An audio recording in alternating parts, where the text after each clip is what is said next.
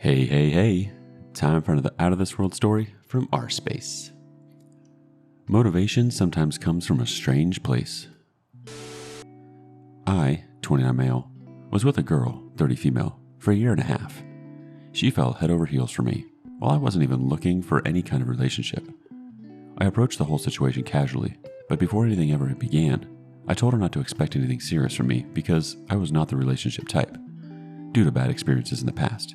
Yes, infidelity. But we kept seeing each other, and she kept pushing and pushing for a commitment.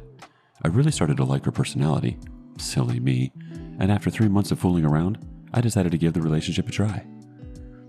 She was from a different town, about an hour and a half away, but she would spend every weekend, holiday, vacation with me at my place. When we met, I was a CEO, project leader of a company me and some other fellas tried to build from the ground up, but the owner, boss, unfortunately wasn't able to secure enough funds for us to continue working on it, despite the fact that we were 2-3 months away from putting the product on the market. I'm from an area, a country in Europe, where jobs are really hard to come by, but nevertheless I applied for everything I was qualified for. I didn't care, I just needed a job. I got quite a few interviews, but no luck actually securing a job. This went on for 6 months. Of course, the fact that I didn't have a job made us both a bit uneasy, but I really didn't get a feeling that it was affecting our relationship at all. At the beginning of this year, January, I had a meeting with my counselor at the Unemployment Bureau. She asked me if I wanted to attend some courses where they'd teach me to code. Without hesitation, I said yes. Not only would I be able to get a job, I wouldn't need to worry about employment for the rest of my life. I applied, and a few days later I found out that they accepted me. I don't know what their criteria was, but I knew that they didn't want to just take anyone. But I was ecstatic. But something was off. A few days prior, I started to notice her being kind of weird, cold, unattentive. I knew something was amiss. She was starting fights over nothing. I couldn't make sense of it at the time. In one of the arguments we had, I said, "Look, everything is going to be fine now. I'll learn to code, and after a few months, we will be set for life." And she responded with something along the lines of, "Who cares? You're going to fail miserably anyways." Phew, that was weird, I said to myself. But I shrugged it off as her being in one of her bad mood swings. Didn't think much about it at the time. As you may have figured out by now, there was someone else in the picture. A week later, she dumped me for her coworker, a high school dropout, working a manufacturing job. I was beyond shook. I was sitting in my pain for the next 3 months, but it was high time for me to stop feeling sorry for myself. As I had started with my classes, COVID postponed the whole thing a bit, and I had a lot of work to do, since I've never even seen code before in my life. Now mind you, these courses were Microsoft courses, and the exams were studying for Microsoft exams, for which they only gave us 3 months of time, counting down from the last lecture of each course, so I had my work cut out for me. These kind of exams are usually taken by people who have a degree in computer science, or at least employed programmers for the last few years. One day, I got home from my classes, opened my laptop, reading the book, doing some exercises until like 1 a.m. I was drained, and the more I was looking into it, the less I understood, but at least I got started. I went to bed, tossing and turning, and thought to myself, what the hell did I get myself into? I will never pass this stuff. Then, out of nowhere, I heard those words in the back of my head while she was cheating on me with the other guy. "Who cares? You're going to fail miserably anyways." I lit up like a Christmas tree, got back up, and continued to code until 4 a.m. Every time I was exhausted and about to lose it from all the new information, I remembered those words, and it was more than enough to keep me going. Today, my fellow betrayed, I passed the first Microsoft programming exam, and I was already studying for the second one for the last 2 months, a totally different programming language, which I plan to also take and pass as well. Like the title says, sometimes the much-needed motivation comes from a strange place. I just wanted to share this with people who can relate in some way to this story, as I haven't told anyone else yet. Update. It's been a little over a year since my first and last open topic on this subreddit. At this opportunity, I would like to thank every single one of you for your support and your encouraging words. At the end of each year, I like to take some time for myself and look back on the year. Therefore, I decided to write another post to this community since it has been so helpful and encouraging to me in the past, and hopefully to inspire even one person going through the same turmoil and hurt I went through almost 2 years ago. So what happened since my last post? I got my first software developer gig at the very beginning of the year. The very first company I sent my CV to decided to hire me not long after my original post. I started working in the beginning of January this year. My initial contract was only for 6 months. Understandably, the company wanted to make sure that they didn't take on board a cat in the bag, and I was eager to start my career, so I took the job. They allowed me to work from home, although the offices are only a 3-minute drive from my place. I decided to make sure that I take full advantage of the opportunity and to display to the whole world who I am and what I am capable of. After about 3 months on the job, I was having a Skype call with the lead tech of the software we were developing. He was not a member of the company, but was a private contractor.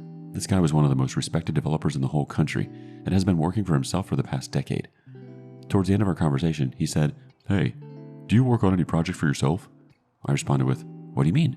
He said, "Well, I get a lot of clients, and they're looking for software developers. You got some real talent, so let me know if you're interested. I can recommend you to them." I said, "Well, not right now. I have a non-compete clause in my contract, but that contract will expire in the summer, and I can hopefully renegotiate with my company to take the clause out." He replied, "Do that, and then notify me." Thus, at the end of the 6 months, the CEO of the company called me. He said that they are ecstatic with my work ethic and my potential, and they would like to extend my contract. I said, "Sure, I'm interested."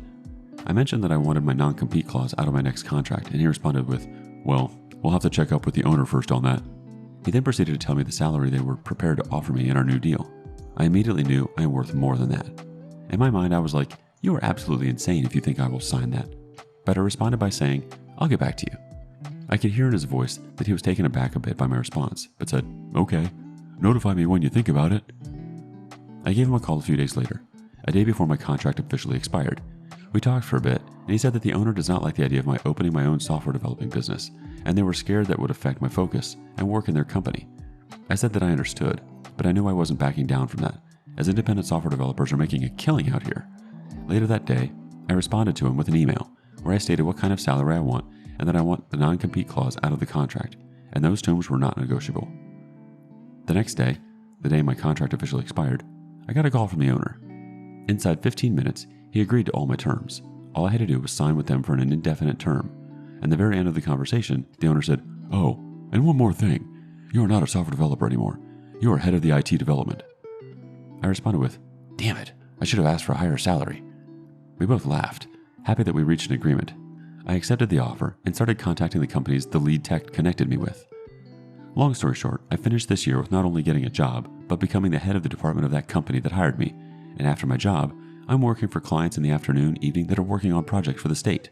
Yes, you read all of that correctly. People admire me and respect me, and needless to say, money is the least of my worries nowadays. My monkey branching ex? As far as I know, she is still with the loser she jumped me for, struggling to make ends meet every month. If she had any concept of loyalty, she could have been a retired stay-at-home wife mom by now, which she stated multiple times that it was her wish. I guess she would rather struggle for the rest of her life than to support her man and wait another year and a half. Oh well, c'est la vie. Merry Christmas to every single one of you. If there is anything I want you to take from my update, is that you should take that pain and hurt and turn it into a fire in your belly that will propel you to new heights and enable you a life you never even dreamed of. I know it is still pushing me to be even better and achieve even more every single day. Our first reaction comes from Tell More Lies. Excellent update. You are living your best life. Good for you. Just one comment. She could have been a retired stay-at-home mom wife by now, which she stated multiple times that it was her wish.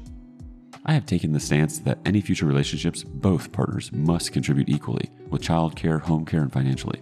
This means that both partners work and contribute based on their salary. No stay-at-home dad and no stay-at-home mom.